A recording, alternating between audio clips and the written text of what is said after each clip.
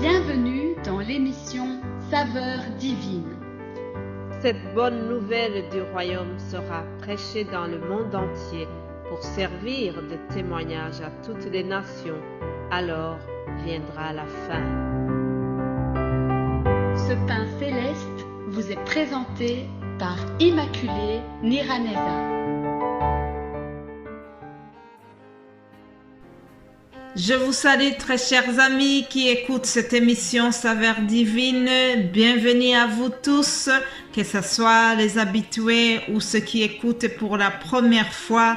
Je vous accueille chaleureusement au nom de Jésus-Christ. Que toute la gloire lui revienne. Nous le remercions pour cette journée qu'il nous offre encore. C'est vraiment une joie de pouvoir commencer la journée en célébrant la bonté de Dieu. Alléluia. Que toute la gloire revienne à notre Seigneur.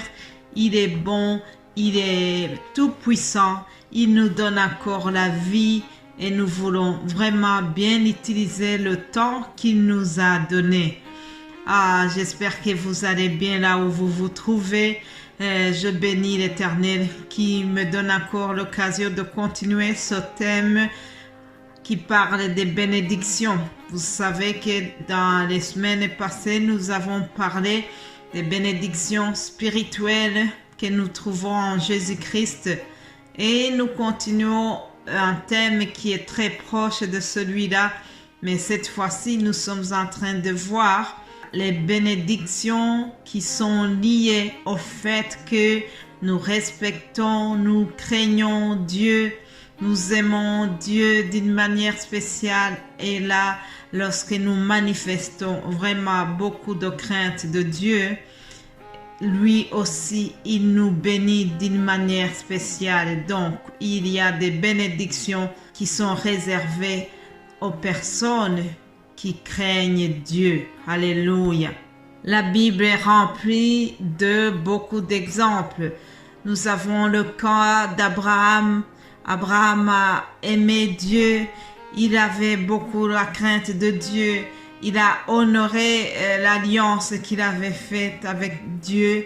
Et puisque Abraham a été juste pendant tout le cheminement qu'il avait avec le Seigneur, Dieu l'a béni. Joseph aussi. Joseph, lorsqu'il était chez Potiphar, il a manifesté, il a témoigné beaucoup de la crainte de Dieu.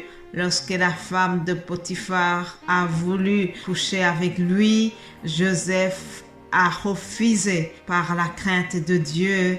Joseph n'a pas cédé aux avances de sa patronne et pourtant, humainement par là, il pouvait se laisser tenter. Mais il a résisté jusqu'au bout. Alléluia.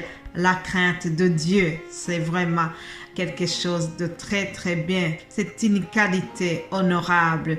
Alors nous allons voir aussi ce qui se passe dans le livre de Deutéronome. Qu'est-ce qu'on nous dit à propos du peuple d'Israël? Deutéronome chapitre 5 au verset 27, je lis ceci. Approche-toi, écoute tout ce que dira l'Éternel notre Dieu. Tu nous rapporteras toi-même tout ce que te dira l'Éternel notre Dieu.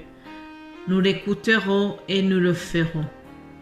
L'Éternel entendit les paroles que vous m'adressâtes et l'Éternel me dit: j'ai entendu les paroles que ce peuple t'a adressées.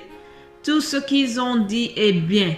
Oh, s'ils avaient toujours ce même cœur pour me craindre et pour observer tous mes commandements, afin qu'ils soient heureux à jamais, eux et leurs enfants.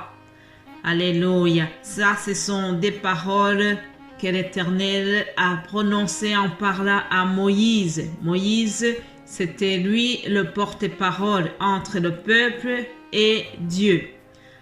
Alors, chaque fois que le peuple d'Israël observait les commandements de Dieu, chaque fois qu'il était intègre, le peuple était béni.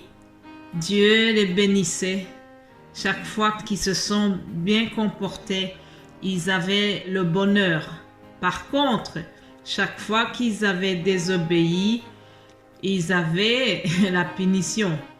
Ah oui, dans leur relation entre eux et Dieu, il y avait toujours ce fait que l'obéissance à la loi de Dieu était accompagnée par des bénédictions spéciales et la désobéissance était punie. C'est ainsi que nous voyons que l'Éternel s'exclame en disant que ce peuple, s'ils ont toujours le cœur de le craindre et d'observer tous les commandements, ils seront heureux à jamais. Eux, ils seront heureux, mais ça va aller jusqu'aux générations suivantes. Parce que le verset nous dit « eux et leurs enfants ». Ça veut dire que les bénédictions qui étaient réservées aux parents qui craignaient Dieu pendant toute leur vie, ces bénédictions poursuivent leurs enfants. Alléluia.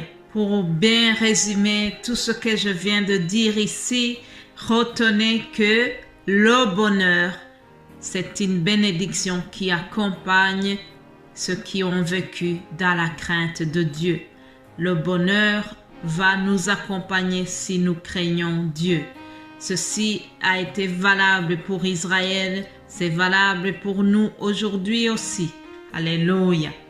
Je voudrais terminer cette méditation d'aujourd'hui en vous lisant juste ces quelques paroles du psaume 112 que j'ai trouvé vraiment que ça correspondait à notre thème. Le psaume 112, versets 1 à 7. Je lis au nom de Jésus-Christ.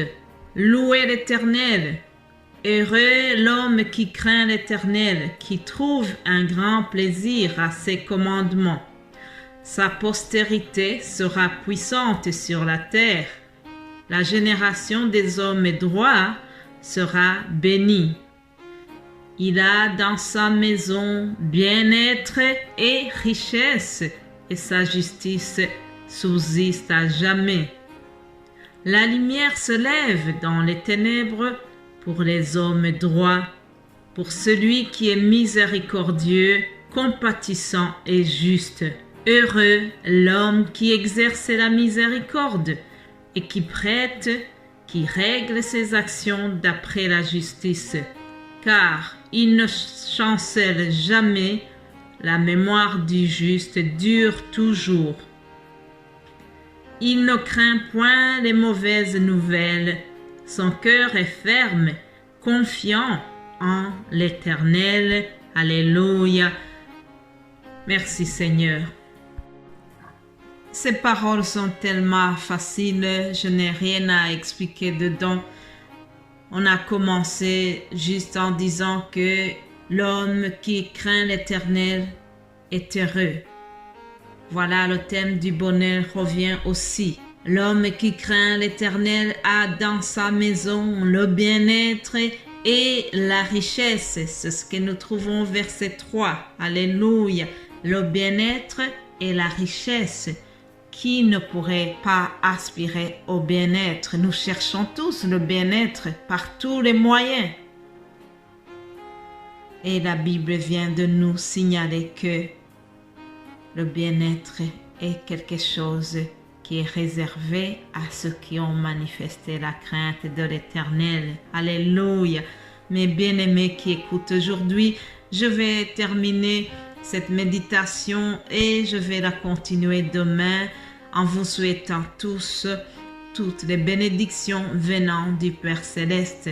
Mais vous avez compris la condition, il faut garder la crainte de Dieu. C'est ce que je vous souhaite du fond de mon cœur. Passez une excellente journée et nous allons nous revoir demain par la grâce divine. Alléluia. Amen.